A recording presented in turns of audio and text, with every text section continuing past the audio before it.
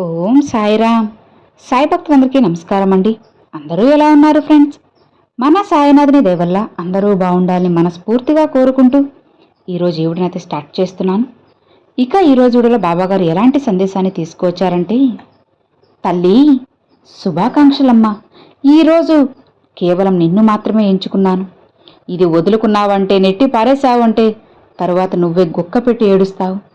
నీ తండ్రి చెప్పేది జాగ్రత్తగా విని అర్థం చేసుకో. తరువాత నువ్వే ఇబ్బంది పడాల్సి వస్తుంది.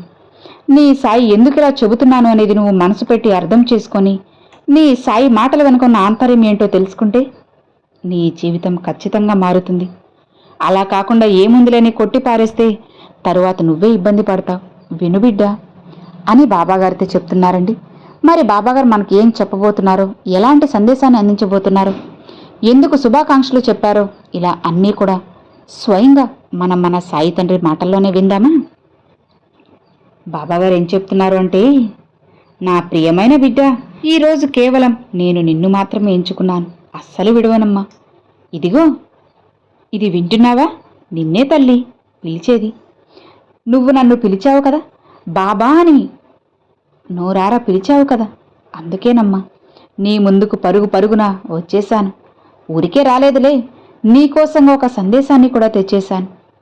ఒక దేవుడిగా కాదు, నీ తండ్రిగా నీ ముందుకు వచ్చాను. నీ ఆత్మను పట్టుకుని నిలిపేవాడిగా నీ దగ్గరికి వచ్చాను. నీ తండ్రిగా, శ్రేయోభిలాషిగా, స్నేహితుడిగా, నీ తమ్ముడిగా, మీ అన్నగా నీ వద్దకు వచ్చాను. నీ గుండె బాధను చూసి నిలబడలేక పరుగున వచ్చాను. నీ లోపల నుండి వచ్చిన ఒక చిన్న పిల్లల హృదయాన్ని కదిలించింది నన్ను. కాసేపు నీ మనసుని సిద్ధంగా ఉంచమ్మా. నేను చెప్పేది జాగ్రత్తగా వింటే జీవితం ఖచ్చితంగా మారుతుంది తల్లి. అలా కాకుండా ఏముందులేని కొట్టి పారేస్తే నేను కూడా ఏమీ చేయలేను కదా. ఇది విన్నావంటే నీ గురించి, నీ జీవితం గురించి అన్నీ కూడా స్పష్టంగా చెబుతాను. లేదంటే నువ్వే ఇబ్బంది పడతావు. ఇలా చూడు బిడ్డ, ఎందుకు నువ్వు ఇప్పుడు ఇంతలా ఏడుస్తున్నావు? నీ బాబా చెప్తున్నా సరే, నీ సాయిని చూస్తూ, నీ సాయి మాటలు వింటూ కూడా నీ కళ్ళల్లో కన్నీళ్లు తిరుగుతూ ఉన్నాయి. లేదు బాబా అని అంటున్నావేమో. నాకు తెలియదా నా బిడ్డ మనసు ఎలాంటిదో, నా బిడ్డ ఎలా ఉంటుందో? నువ్వు చెప్పాలా ప్రత్యేకించి? నువ్వు చెప్పకపోయినా నీ మనసులో బాధ నాకు తెలుసమ్మా. నువ్వు నన్ను చూస్తూ కూడా లోపల కుమిలిపోతున్నావు. మళ్ళీ బయటికి కన్నీరు కారిస్తే ఎవరైనా చూస్తారేమో, ఏమన్నా అనుకుంటారేమో అని మనసులోనే గుక్క పెట్టి వెక్కి వెక్కి ఏడుస్తున్నావు కదా. భయపడుకు తల్లి. నువ్వేంటో నీకు తెలియక నువ్వు అలా ఏడుస్తున్నావా? లేదా అసలు ఈ ప్రపంచం అంటే ఏంటో తెలియక ఇబ్బంది పడుతున్నావా? నీ వాళ్ళు నిన్ను అర్థం చేసుకోలేదని ఏడుస్తున్నావా? నాకే ఎందుకు బాబా ఈ కష్టాలు, నేనేం చేశానని ఇన్ని బాధలు? ఎన్నిసార్లు ఈ మాటల్ని గుండెల్లో నువ్వు చెప్పుకొని బాధపడ్డావో నాకు తెలుసమ్మా. ఎన్ని రాత్రులు ఒంటరిగా నిశ్శబ్దంగా కన్నీళ్లు పెట్టుకున్నావో నీ సాయికి తెలుసు. ఇక ఆ కన్నీళ్లు నేలపై పడకముందే నేను తుడిచేశాను. నువ్వు పడుకున్న మంచం ఎంత కన్నీళ్లు కాచావో నీ మంచానికి తెలుసు. ఎంత బాధపడ్డావో అది ఎవరికీ తెలియకపోవచ్చు, కానీ నాకు తెలుసు, నీకు తెలుసు. నువ్వు నిజాయితీగా ఉన్నావు, అదే కదా నీ సమస్య.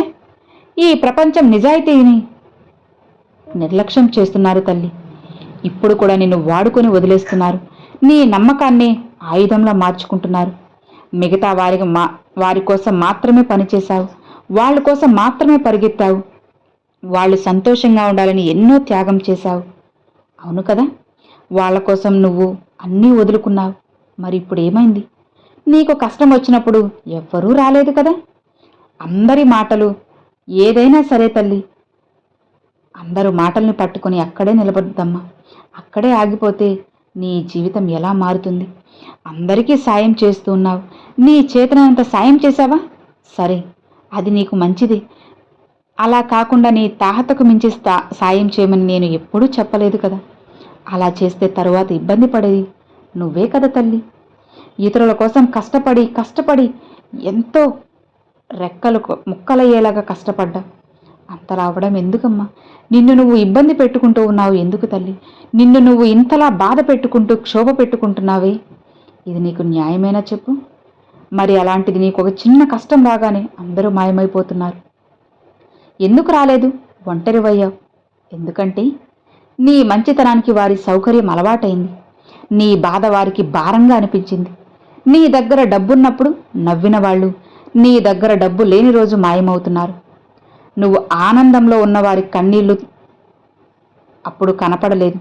అందుకే వాళ్ళు మాత్రం కన్నీళ్ళలో ఉంటే నువ్వు పరుగు పరుగున వెళ్ళావు. ఇప్పుడు నీకు కన్నీరు రాగానే అదే పరుగున వాళ్ళు అక్కడ నుండి మాయమైపోయారే.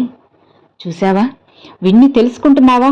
ఎంతలా నిన్ను ఈ లోకం మాయ చేస్తుందో, మభ్య పెడుతుందో, ఎంతలా వాడుకొని వదిలిపడేస్తుందో.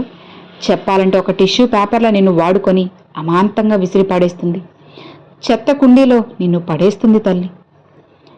అందుకేనమ్మా ఇంతలా బాధపడుతున్న నీకోసమే నీ కళ్ళు తెరిపించడానికే, మార్గం చూపడానికే ఈరోజు నీ ముందుకు వచ్చేశాను. ఏదైనా సరే తల్లి, డబ్బు శాశ్వతమని బ్రతికే మనుషుల మధ్య ఉంటే నువ్వు బయటికి రామ్మా. డబ్బే శాశ్వతం అనుకున్న వాళ్ళ దగ్గర మనసున్న వారికి స్థానం ఉండదు.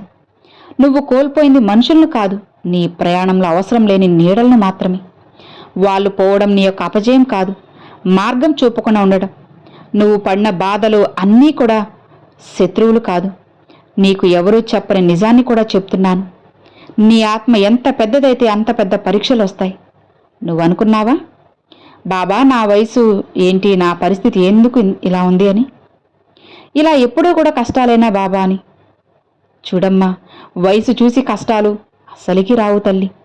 ఎప్పుడైనా సరే వాటిని భరించే బలం ఉన్న వాళ్ళనే ఆ కష్టాలు వెతుకుతాయే తప్ప వయసుని కాదు. గుండెల్లో ఏడుస్తున్నావు కదా, నీ ఆత్మ ఏడ్చిన రాత్రులు నాకు వినిపిస్తున్నాయి. నువ్వు ఎన్నిసార్లు ఏడ్చావో నాకు తెలుసు. నాతో ఎన్నిసార్లు చెప్పుకున్నావు కదా. నా జీవితం మాత్రం ఎందుకు బాబా ఇలా ఉంది అని అనుకుంటున్నావు కదా. ఇలా చూడమ్మా, నీకు కష్టాలు ఎక్కువైపోలేదు తల్లి. నీకు మంచి జీవితం నేను ఇవ్వబోతున్నాను, నీ సాయి ఇవ్వబోతున్నాను. నీ సాయి మీద నమ్మకంతో ఉండు. నీ కథ ఇక్కడితో ముగిసిపోయింది అని అనుకుంటున్నావు కదా. లేదు తల్లి, ఇది మలుపు మాత్రమే. నీకు న్యాయం నెమ్మదిగా వస్తుంది, అది శాశ్వతంగా ఉంటుంది. నీ మంచితనాన్ని అడుగు, అన్నీ కూడా నీకు శుభమే జరుగుతూ ఉంది అమ్మా. నీ యొక్క శబ్దాన్ని బలహీనత అనుకునేవాళ్ళు ఏదో ఒక రోజు మునుగుతారులే.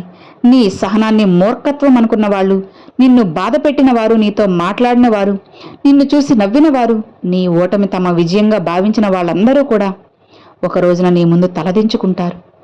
అందరూ తమ సమయాన్ని పొందుతారు. కానీ అది నువ్వు చూడాలా చూడకూడదు అనేది నువ్వే నిర్ణయించుకో. దేనికైనా సరే బాధపడే హృదయం ఎక్కడైనా సరే తప్పు చేస్తే ఆగిపోతుందా? కష్టాలు చూసి పరిగెత్తుకుంటూ నువ్వు వాళ్ళ దగ్గరికి వెళ్ళిపోతున్నావే, నీ కష్టం చూసి ప్రపంచమే గల్లంతైపోతుంది. నీకు ఆరుదల ఇవ్వడానికి కూడా ఎవ్వరూ లేరు కదా. నీ సాయి ఉన్నారు తల్లి, భయపడకుండా విను.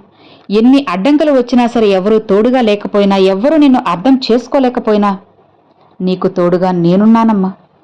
ఈ ప్రపంచంలో ఏ పని చేయని వాళ్ళు బలహీనులైతే, అలసిపోయిన ధైర్యవంతుడు కూడా రెండూ ఒకటే. ఏదైనా సరే నిన్ను నువ్వు అంటే నేను బాధ పెడుతున్నాను నువ్వు అనుకుంటున్నా. నీ మంచితనం తప్పు కాదమ్మా, వాళ్ళు దాన్ని అలుసుగా తీసుకున్నారు.